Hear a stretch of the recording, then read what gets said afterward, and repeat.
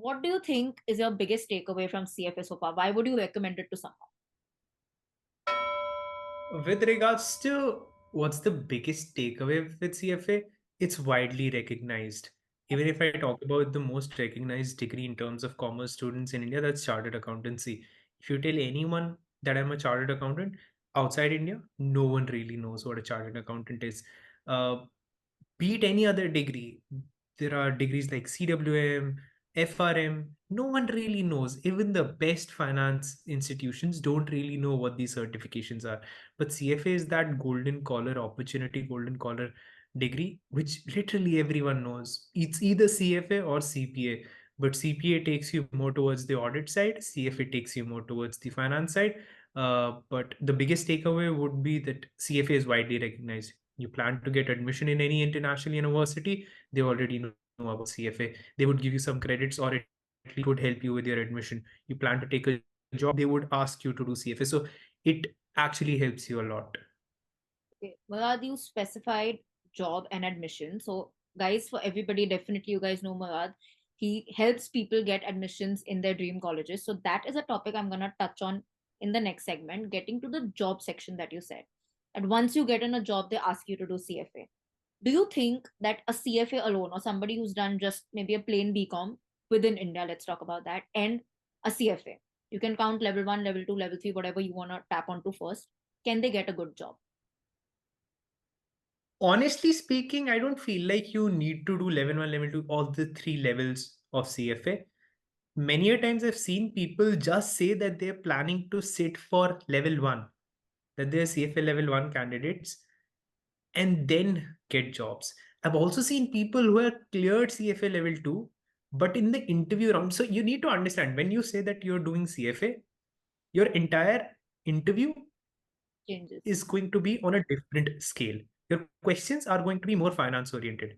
It usually happens so that when you're introducing yourself, the first question is always, tell me about yourself. And you try to put in CFA there. Right. And next, your entire interview is majorly based on that CFA. So even if you tell the interviewer that I am sitting for CFA level 1, if you're able to answer the CFA questions, you will definitely have a preference as opposed to a person who has cleared CFA level 2 and is not able to answer the questions. So I don't really feel like that having CFA level 1, all the three levels is going to help you in any way. What is rather going to help you is the name itself, and if you're able to back it up with knowledge. Because honestly, it's a practical degree.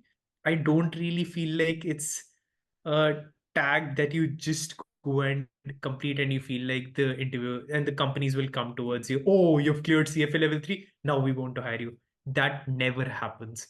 So, regardless of whatever you're doing, you have to back it up with knowledge. Basically, it does add value in your opinion, but if it is done with knowledge, of course.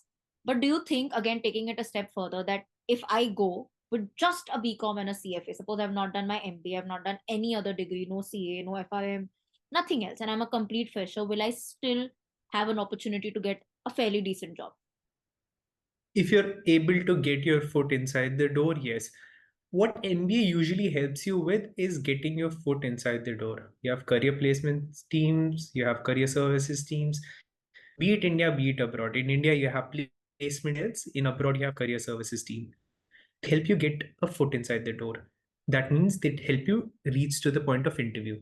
If you're able to reach to the point of interview just with your plain BCom, that would require a lot of networking. But if you're able to do that, honestly, MBA is not required at all. An MSc Finance degree, I usually quote this that amongst the best MSc Finance degrees, there is one by University of Melbourne that on its website very proudly says University of Melbourne is the rank one university of Australia.